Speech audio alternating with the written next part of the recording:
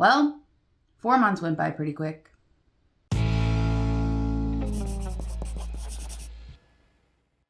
Welcome to Crocs in the Kitchen. I'm Jessica. And I am Brian. I almost forgot what my name was there. Really? It's probably because of my Scanxiety. So, we have a few heavier topics to discuss on videos. A few videos coming up. A lot of heavy things going on. A lot of just mental health stuff, different things. Yeah. But, we like to throw it all in the mix there. Between us cleaning our kitchen cabinets and doing whatever else we do, just throw some hard stuff in there. Yeah. I mean, life is not always easy. It's not always pretty or simple or clean. Sometimes it gets dirty and it gets rough and you get bruised and you get kicked and you have all these problems and all of that. Our lives are a balance of it all. Yeah. Just like most people's. I feel like we're on this giant roller coaster where it's like we have our scans, and then would the scans be like the bottom or the top of the roller coaster? I guess the top, and then you're like sliding down. No, I guess that maybe the pit would be the scans. I don't know. Yeah, definitely the lower section. Yeah. I think like the top point is like in between the scans when you're like, okay, cool, everything's great. Or maybe like right after the scans, you're like, everything's great. No evidence of disease, all that. And then you're riding that high, And then, you're like going down that hill like, yeah, this is awesome. We're coasting through life. Like everything's good. Got another scanner in my belt with nothing, no evidence of disease, all that. And then you hit the bottom and you're kind of like, wait, I don't know if I want to go back up this ride again. Yeah, that's pretty accurate. Yeah, because you don't know if that ride's going back up again. It could go further down. Yeah. So, Scanxiety, that's what they call it. That's what a lot of people call it. It's just anxiety leading up to, in our case, like your scans that are your ongoing check to see if there's evidence of cancer in our bodies. Yeah, and that's our case. You can have Scanxiety over any test or scan that is coming up. Like, it's this combination of fear of the unknown, of past incidents, of like a bunch of different stuff all sort of rolled into one. And it affects people differently, but at the same time, we all kind of share similar patterns. I think a lot of people out there who maybe think there might be something wrong with them and need to go get a scan and need to see more in depth of what's going on with their body have Scanxiety, and it prevents them from maybe even getting the scan. Mm-hmm. So you might put it off. You might, there are people out there who are just like, as long as I don't know it doesn't exist, problem is it still exists. Like it doesn't go away. Whatever's going on in your body is still happening, and whether you know about it or not. And so I always encourage everybody out there, if you're feeling the anxiety about finding out more about what could be going on in your body and you think there's something wrong, just barrel ahead toward it. Just go through it. We always, throughout both of our diagnoses, we've said, having information is good. We need information. We can't react without information. Yeah. We can't figure out the next steps until we know exactly what's going on. Yep. It's the old war adage. How do you expect me to fight my enemies if I don't know where they are? It's exactly the same situation, except that the enemy is inside your body. Yeah. So, and a lot of times you could go through the scan. Someone close to me recently in the last few months had to get some scans done, and I think a colonoscopy, and was so anxious about what the results would be, and got through it, and it turned out that things were fine. Like, there wasn't this bad issue that they thought. And sometimes I think even having the anxiety that something bad is going on in your body, it kind of makes you feel like everything, that you feel everything a little bit more. And then it's like, wait, no, that might be this, or, that might actually be something really bad. Yeah. So for me, y'all know that I was diagnosed with ovarian cancer stage 3 back in 2022, almost just a little over 3 years ago. And I have been on a nice streak of no evidence of disease scans since my latest surgery, which was in January of 2023. So for me, the first few times that I had like the first follow-up scans, I had the most anxiety over it. And everything I felt in my body, any little thing, any pain, anything going on with my body, I was like, that's the cancer. The cancer's back. It didn't matter what it was the cancer. And honestly, I've been going through a similar thing in the last few days. I've had this weird kind of I had kind of yesterday this weird pain on my left lower abdomen, which is of course the side where all the problems started. And of course, my brain is just, oh, it's cancer. There's just a giant tumor in there that's just been growing over the last 4 months. And it's just, that's where my brain goes. So the funny thing about that is that, I also have been having similar things of like, and it's totally like I hurt my back, or I pulled a muscle in like doing something, lifting something, moving something. Like we're doing a lot more lifting of things around these physical parts. Activity. And so it's like, oh, my back kind of hurts. Is that the cancer? Which, mind you, I didn't have any symptoms to begin with before my diagnosis. Yeah. So it's not like I have any basis for it. It's just that, all of a sudden it's there in the back of your head, like, oh, there's a pain. Why is that pain there? Yeah. And since you don't really remember how you hurt yourself in the first place, or even if you did at the time, like, because you can injure yourself and then feel pain later. Like, but yeah, it's just wild. I think once you've been told you have cancer, then any little thing little thing is cancer.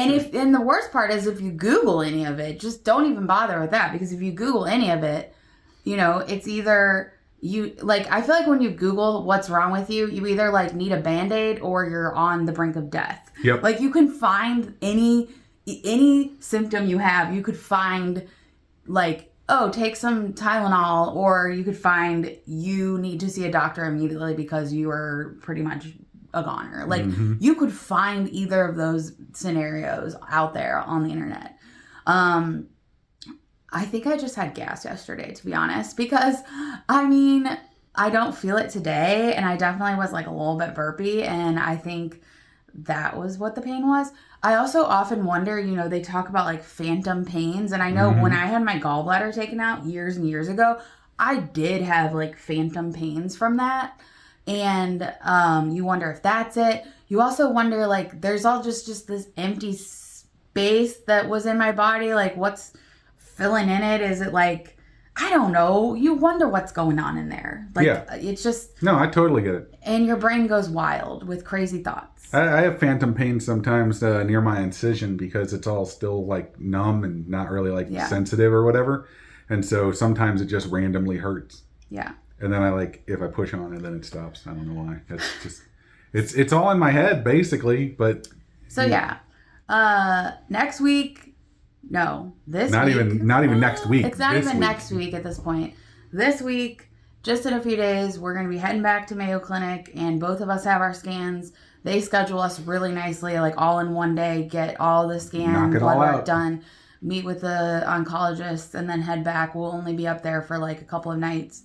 And yes, the scan anxiety is definitely taking hold. Yeah. But how are you dealing with this so far? Because you definitely deal with it better than I do, at least right now. But I'll talk about the way that I'm feeling in a minute. I think that like I'm doing okay. It's just more of a I think all of my emotions are just at a heightened level right now, we had another kind of emotional thing happen a few days ago that we were going through that we'll talk about in a future video. Mm-hmm. Another heavy hitting emotional thing. And I just started bawling my eyes out. And I think part of that was also just because of how heavy everything, you know, around scan time just weighs on me. Yeah. And it's not just me now, it's you too, it's you as well. Like, I think everything's going to be fine with the scans. I think we're both going to get, you know, okay, cool, come back in another 3 to 4 months. But then there's that little part of your brain that's like, oh, hey, we just moved into our house. Things are going good. And what if this is the time, like, the other shoe drops and, like, something crazy happens? I know I shouldn't be smiling, but literally exactly the same way I'm feeling. Like, I feel fairly confident that we're going to go up there and scans are going to be clear. And then I'm like, you know, I'm feeling better. Like, it's there. Like, I can feel the anxiety in the back of my head. I have those thoughts still, but it's like, but you know, like, things are going pretty well right now. We've got our house, we've got our beautiful girl, we've got like all this nice things that we're like building up for and planning for the future. And I'm just like, and in the movie, this is where the bad thing happens. And so in my brain, I'm literally like, you know, it's like, should I be worried about this now? Because like the good things are happening right now. And now it's like, I need to be worried about the bad thing possibly happening. But I keep just playing it back in my head of like, I mean, you remember how I was the previous scan. Like, I was freaked out. You were really freaked out. I was really freaked out. Unless you're hiding it from me, I feel like you're doing better this time. I'm doing much better this time, but I'm also a lot busier than I was last time. And so I haven't had time to necessarily think about mortality. But I think that, like, you know, the first scan afterwards, I'm like, okay, you know, they probably wouldn't find anything anyway. And then the next scan after that, like, my oncologist is like, he literally asked us, like, are you sure you want to keep coming up here? He goes, like, he's like, there's not really like necessarily a reason for you to come up here. And I'm just like, I'm coming up here as long as she's coming up here, and we might as well just knock them all out and keep it all within Mayo Clinic. And so I think like his confidence has kind of like rubbed off on me a little bit. Yeah. And I'm really looking forward to actually seeing him again, just because he's a fun guy, even though, you know, I know it's not going to be like a super long meeting most likely, but yeah, I mean, there is something to be said about it being this almost like ritual that it's like, we go to Minnesota, we get the scans done there. Like, it doesn't connect that part of our lives with here, which is nice, because there was a long time where, like, driving by the hospital where everything first happened with me, like, was super hard. Like, it's still a little hard to go in that area of St. Louis. And so it's like, it's nice. Rochester has been a good place for us. Good things have happened there in our battles. Yes. Really hard things have happened there, like going through chemo and all that. Like, there's a lot of really, I mean, there's so many memories throughout this process that are tied to Rochester. Yeah. But there's also, you know, me finding out that they didn't find any more cancer after my surgery. Your surgery going really successful. Mm-hmm. Like, but it's not our home. And so it's sort of our cancer home. It's like, that's where we go deal with the cancer stuff. And then we come back here and we live our lives. Yep. And it's actually kind of nice to have that separation, I think. But the other thing I wanted to ask you guys, since we're heading up there, is like, we're going to film, you know, obviously, and let you guys know what happens. Do you guys want us to film sort of like along the way as we're going? Do you want to see like the road trip part of it? Do you just want to know the results? Like, what kind of video should we make? Because we've done various things over the years that we've been going up there. It's weird to say years that we've been going up there, because we literally have been going up there for almost, 3 years now. Yeah. I mean, I'm pretty sure we don't need to like film the lobby anymore. Yeah, I mean, you don't need to see the lobby. I mean, but like, what style do you guys prefer? Like, What do you guys want to see? Do you want to know anything else about the trip? Like, what do you guys want to see? Comment below, let us know before we film it so that we can maybe incorporate some of that stuff. Yeah. And then sometimes, honestly, we're just so exhausted when we go up there that it's just like we forget to film it all, and then we film when we get back. Days. So usually we're starting very early in the morning. I don't think we're starting as early this time around. Yeah. I think my first thing is at like 10, and then my scans are at like 11:30, 40, something like that. Yeah. And then, but if you also have questions about the process that we haven't answered, or even if we have answered them, but you want to ask them again, like, how the process of getting the scans, all that kind of stuff, ask us questions. We'll try to answer them in the video that we'll film. If you've never had a CT scan and you want to know what it's like, comment below. We've had a million of them. But yeah, we just kind of wanted to pop on here and let you guys know that's what's happening. So keep us in your thoughts over this next week as we are embarking on that journey. Also, it's going to be interesting as Elsie gets older. She's a very good traveler, but she's definitely... she's getting, She's getting to the tantrum phase. A little bit. But she's so sweet. Absolutely. I mean, I'm talking like 99% of the time, she is the most adorable creature on earth. But then that 1% all of a sudden kicks on where she's like tired for some reason or hungry or something. And like this convergence of just screaming happens for like 10 or 15 minutes. So we're very prepared. We got all the snacks. We got music. The girl loves music. We got playlists of music for her to listen to. We're going to have a few of her toys with us. But it's, going to a hospital with a 21-month-old is going to be interesting. We are staying at a hotel with a pool. So yes, our hotel. Elsie loves water. Yeah. Oh, that girl, I swear she'd live in the water if she could. She is like all about pools and swimming and all things. So it's weird because it's almost like, we get like a few days away and it's like a mini vacation, but it's really not a vacation because we're literally just going there to get scans and then coming back and see if we have any cancer growing in our bodies potentially. It's a very weird time. But we know that knowing that you guys are all thinking about us and everything helps as well. Anything else you got for this one? I got nothing. So I guess subscribe to the channel if you haven't done so already.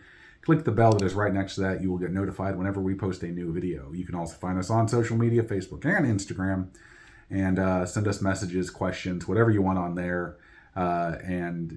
We truly do appreciate that kind of thing. But I think that's all I got. I have one more thing.